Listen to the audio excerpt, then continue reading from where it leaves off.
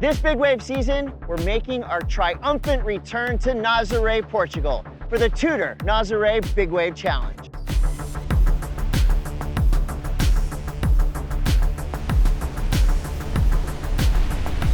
Nazaré has hosted numerous earth-shattering world record-setting rides over the years. Most recently, we've seen huge rides from brave men and women that charge these monsters.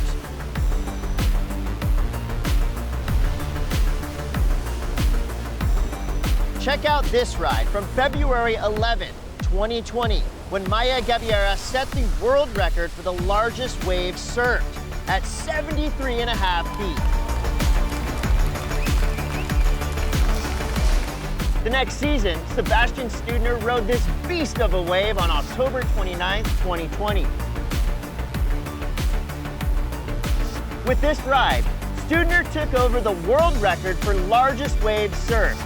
This wave measured in at 86 feet tall.